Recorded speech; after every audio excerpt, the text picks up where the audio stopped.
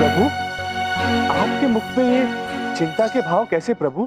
यमराज की पराजय में हम सब की पराजय है नारद जी। नारायण नारायण। प्रभु, हम कुछ समझे नहीं, हमें समझाइए ना। नारद मुनि, ये पृथ्वी हमारी ही तो कृति है, ये सभी मनुष्य हमारी ही तो छाया है। क्या आपको लगता है कि यहाँ प्रलय लाकर हमें प्रसन्नता होगी? नारायण नारायण। सत्य कहा प्रभु, हमने स्वयं देखा है। जब भी आप त्रिदेव विवश होकर प्रलय लेके आए हैं, अत्यंत ही दुखी होकर लाए हैं प्रभु। परंतु प्रभु, एक बात हमारी समझ में ही नहीं आ रही है। यदि आप पृथ्वी लोक पे प्रलय लाना ही नहीं चाहते थे प्रभु, तो यमराज महाराज को चुनौती क्यों दी प्रभु? क्यों? नारायण नारायण। इसी उम्मीद में नारद जी की यमराज मनुष्यों में अच्छाई जगा सके। जब जब इस धरती पर पाप बढ़ा है, तब तब हमें धरती पर जीवन का पुनः निर्माण करना ही पड़ा है। अब केवल यमराज ही हमारी अंतिम उम्मीद है नारद मुनि। यदि यमराज मनुष्यों में अच्छाई जगाने में विफल रहे, तो हमें चाहे जितना भी दुख हो, पर हमें धरती पर प्रलय लाना ही होगा। नारायण नारायण।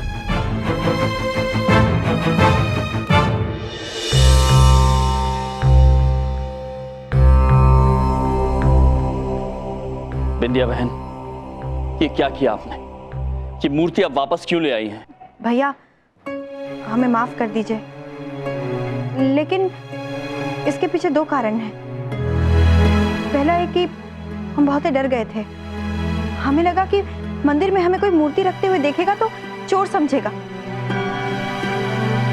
और दूसरा कि भैया, अगर ये मूर्ति किसी गलत हाथ में चली गई तो?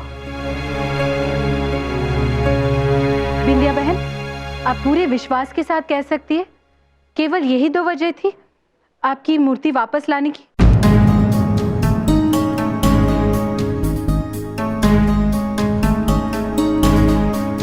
नहीं भाभी, एक वजह और भी। आज पहली बार हमें बबलू पापा की बात सही लग रही है। इस मूर्ति में हमें हमारे परिवार का और आप सबका भविष्य नजर आ रहा है। शाबाश बिंदिया, बहुत बढ़िया। तुमने जो सोचा वो बहुत अच्छा ख्याल है, ऐसा ही सोचा करो। ऐसी बातें मत कीजिए बबलू पापा। किसी और की मूर्ति अपने पास रखने से अनर्थ हो जाएगा। क्या अनर्थ अनर्थ अनर्थ? हाँ, क्या अनर्थ लगा रखी है? मेरी बात समझने की कोशिश करो। करोड़पति होने के लिए एक आदमी सारी जिंदगी तरस जाता है। किंतु बबलू पापा, आपको तो माते ने समझाया था। आप ये ऐसे करने से बबलू पर कितना बुरा असर पड़ सकता है। बबलू, तू अंदर जा और कुछ देर के लिए, कुछ दिनों के लिए अपने कान बंद करके रख। अंदर जा, अंदर जा। भैया, हमें कुछ समझ में नहीं आ रहा है कि क्या सही है क्या गलत है। हमें थोड़ा वक्त दीजिए, हमें सोचने का मौका तो दीजिए। बिंदिया बहन, जब प्रश्न सही और गलत का हो और उसका निर्णय लेने में नुकसान और फायदा आड़े आए, तो वो निर्णय दिमाग से नहीं, दिल से लेना चाहिए।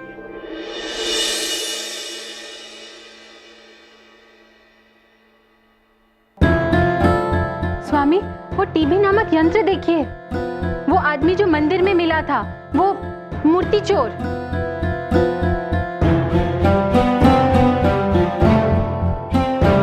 हाल ही में म्यूजियम से गायब हुई 300 करोड़ रुपए की मूर्ति की चोरी में शामिल हुए एक चोर को पुलिस ने पकड़ लिया है। हालांकि अभी तक मूर्ति का पता नहीं चला है। आइए देखते हैं इस बारे में उस आदमी का क्या कहना है। मैं बिल्कुल निर्दोष हूँ। मुझे नहीं मालूम ये मूर्ति कहाँ है। हाँ, मैं छोटी मोटी और पुरानी मूर्तियों का धंधा जरूर करता हूँ, लेकिन मेरे पास इतने पैसे नहीं है कि मैं 300 करोड़ की मूर्ति खरीद सकता। इसलिए मैंने उस मूर्ति का सौदा बाहर के एंटीक डीलर से करने की सोची थी। वो ही इस मूर्ति के 300 करोड़ रुपए दिला सकता है। अच्छा, तो कौन है वो डीलर? अब मुझे किसी ने उसका नंबर दिया था। अब वो मैंने उस कपड़े में लिख रखा था जो उस मूर्ति से लिपटा हुआ था। अब न मेरे पास मूर्ति है, न वो कपड़ा है, और न ही वो नंबर।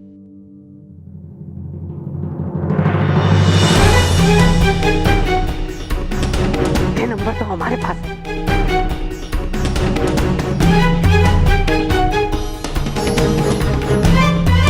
ये खाली नंबर नहीं है, ये 300 करोड़ की लॉटरी है जो भगवान ने मेरी किस्मत में लिखी है।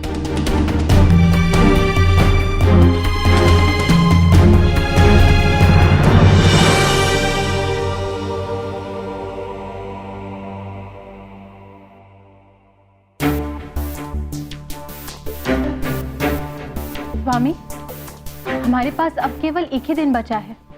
कल सूर्यास्त के बाद ये पृथ्वी खत्म हो जाएगी। बिंदिया बहन भी लालच के जाल में फंस जाएगी। ऐसा हमने सोचा भी नहीं था। नहीं प्रिय, जाल लालच का नहीं, प्रेम का है। मतलब बिंदिया बहन ये अपने स्वार्थ के लिए नहीं, अपनों के स्वार्थ के लिए कर रही है। वो एक आदर्श धर्म पत्नी है जो अपने पति को सुखी समृद्ध देखना चाहती है, और उन्हें ये सब मूर्ति से मिलने वाले धन में दिखाई दे रहा है।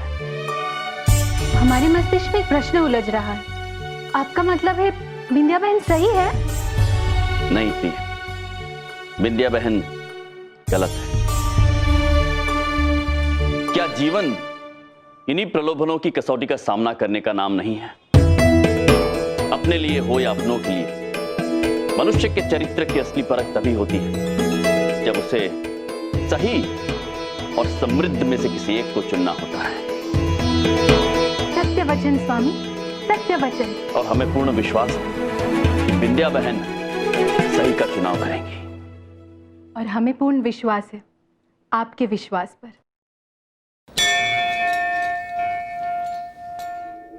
क्या सही है, क्या गलत है, कुछ समझ में नहीं आ रहा है।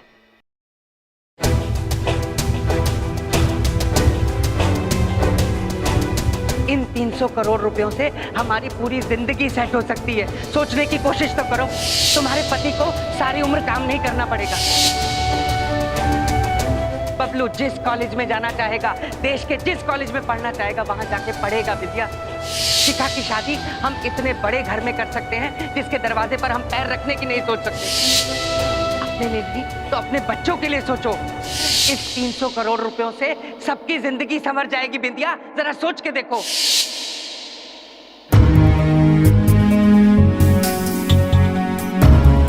वो पापा बिना पूछे किसी और की चीज उठा लाए, वो सही और मैं गलत।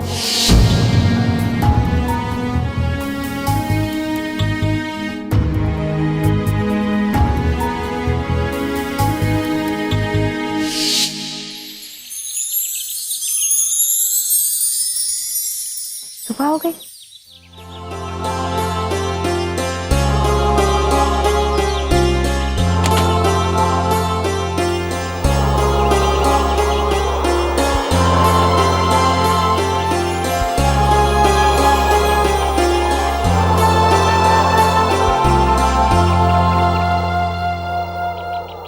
बिंदिया बहन, भैया, रात भर सोई नहीं है आप? रात भर दिमाग में अंधेरा था भैया। सुबह रोशनी हुई तो समझ में आया। सूर्यदेव की रोशनी अंधकार के अंधेरे को मिटाकर ज्ञान का प्रकाश देती है, और हर सुबह मनुष्य को एक अवसर देती है कि वो अपनी भूल सुधार ले।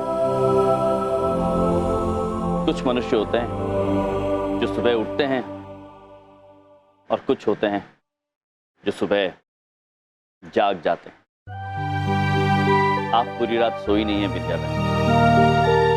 आपने क्या चुना है, अंधकार या रोशनी? रोशनी। भैया, हमने सोचा है कि हम वो मूर्ति यमुना जी में विसर्जित कर देंगे। हमें लगता है कि यही हमारे लिए सही होगा। समस्त मानव जाति के लिए बिंदिया बहन, समस्त मानव जाति के लिए।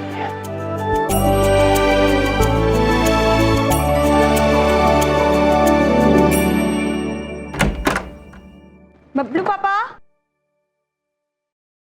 कहाँ चले है बबलू पापा? बैग।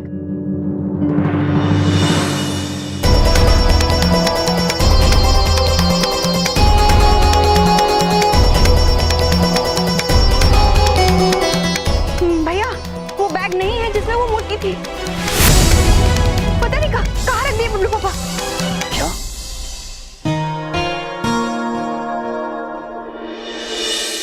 सर जी, ये लीजिए, हो गया। मैंने नई सिम डाल दी है और ये रही आपकी पुरानी सिम। Thank you ji. Sir ji, ID proof तो दे दो। बिना आईडी प्रूफ के नहीं दे सकते हम लोग।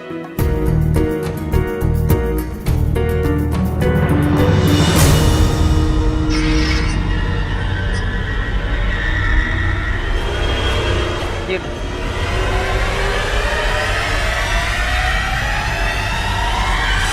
सर, ये किसका ड्राइविंग लाइसेंस है? आपने कहा था आपका नाम तो बलदेव कपूर है, ये तो किसी यमराज का है। ये आईडी प्रूफ चलेगा? हाँ, अब लगता हूँ यमराज। अब तो बिल्कुल लग रहे हो सर जी। 1 मिनट में इसकी फोटोकॉपी निकाल के देता हूँ। ठीक है।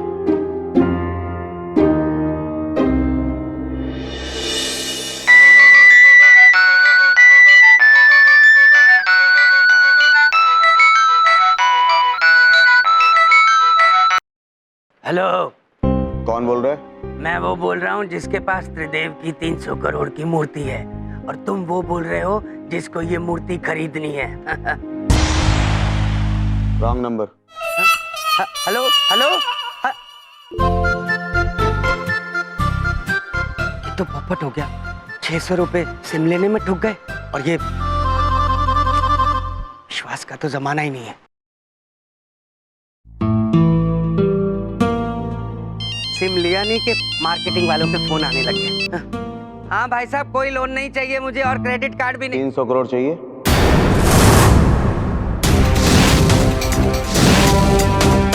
हाँ जी भाई साहब, आप चाहिए। आप कौन बोल रहे हैं? तुम्हारे 300 करोड़ बोल दो। बहुत जल्द तुम्हें मेरा फोन आएगा। कब कहाँ मिलना है बता दूंगा। हेलो भाई साहब, मेरा फोन फुल नेटवर्क में रहेगा, आप कभी भी कॉल कर लेना। हाँ, फुल नेटवर्क।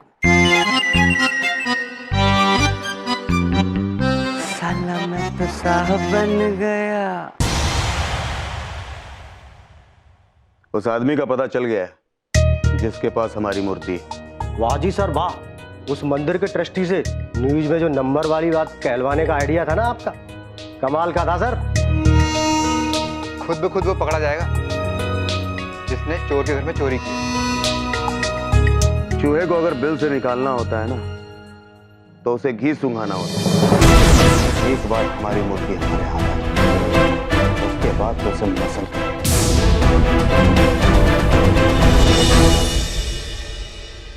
बबलू पापा, हम आपको लेकर अत्यंत चिंतित हैं। कहीं आपको प्रलय के संकेत, प्रलय के संकेत।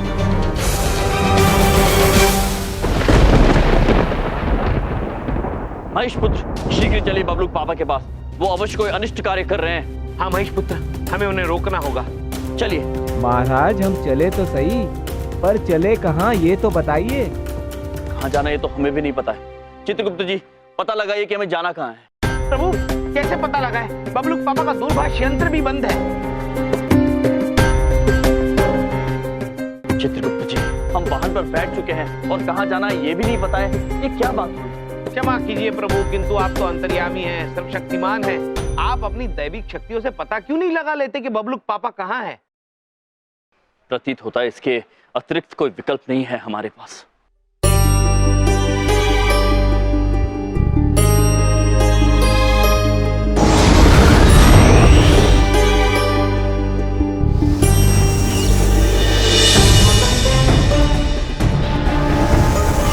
हमने पहले ही कहा था यमराज, इस परीक्षा में आप अपनी शक्तियों का प्रयोग नहीं कर सकते। आप बलदेव पुत्र को ढूंढिए यमराज, परंतु बिना अपनी शक्तियों का प्रयोग किए, और शीघ्र, क्योंकि प्रलय समीप आ रहा है। क्या हुआ प्रभु? चित्रगुप्त जी, हम भूल गए थे, किंतु हम अपनी दैविक शक्तियों का उपयोग नहीं कर सकते हैं। बबलूक पापा को ना रोक पाने का मतलब है प्रलय को ना रोक पाना। अब क्या करेंगे हम प्रभु?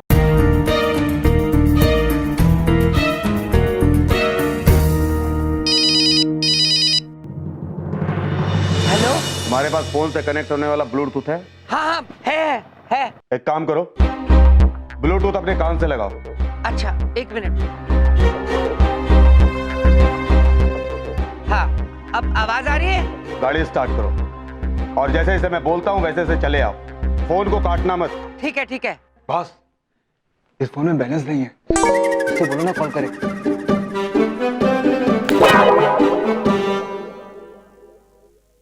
सुनो, एक काम करो, कॉल बैक करो। इस फोन में रिचार्ज नहीं है। हाँ अभी करता हूँ। हेलो।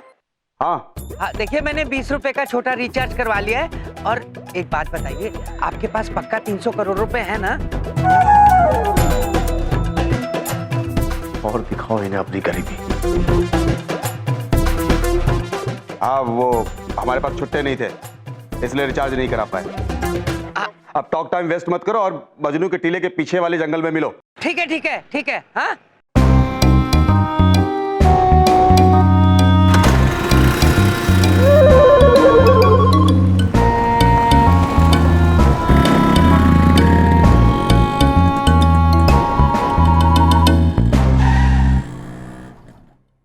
प्रभु हम कब तक ऐसा भ्रमण करते रहेंगे? पता नहीं बबलूक पापा कहाँ गए। चित्रगुप्त जी कोई ना कोई संकेत तो अवश्य मिलेगा। किसी न किसी ने तो बबलूक पापा को आते जाते देखा ही होगा। हाँ मैंने देखा है। बादल पुत्र आप? हाँ प्रभु, हम आपके कारण ही बने हैं प्रभु। जब आपने यमुना नदी को भाप बनाया था तब हमारी उत्पत्ति हुई थी।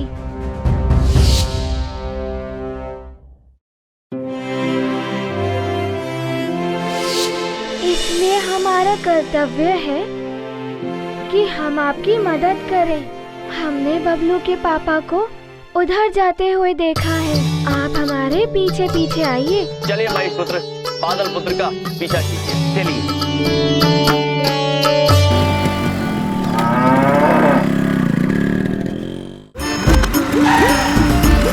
मैं मजनू के टीले के पास पहुंच गया हूँ। अब कहाँ आना है? वहां से तुम्हें सुनो, वहाँ कोई आसपास फ्रूट का ठेला दिखाई दे रहा है? हाँ है, एक केले वाला है वहाँ। क्या करना है उसका? उस ठेले से 1 किलो केले लेते आ रहा। क्या केले लेते आओ? कोई केला वाला लेके आने की जरूरत नहीं है। वहां देखो केले वाले की तरफ से दाहिने से एक रास्ता आ रहा है। हाँ दिखाई दे रही है। बस उसी रास्ते से सीधे सीधे चले आओ। ये अजीब लोग हैं।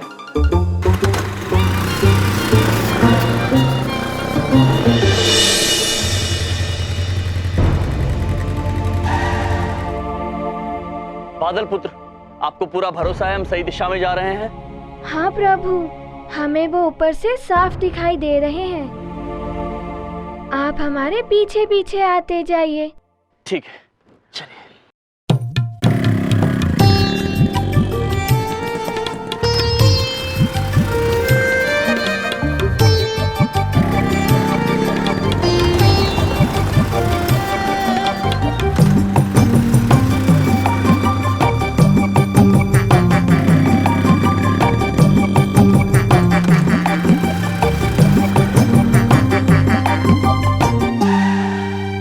सुनसान जंगल में ले जा रहे हैं। कोई नहीं, सवाल 300 करोड़ का है बलदेव। डर मत, कुछ नहीं होगा। चल।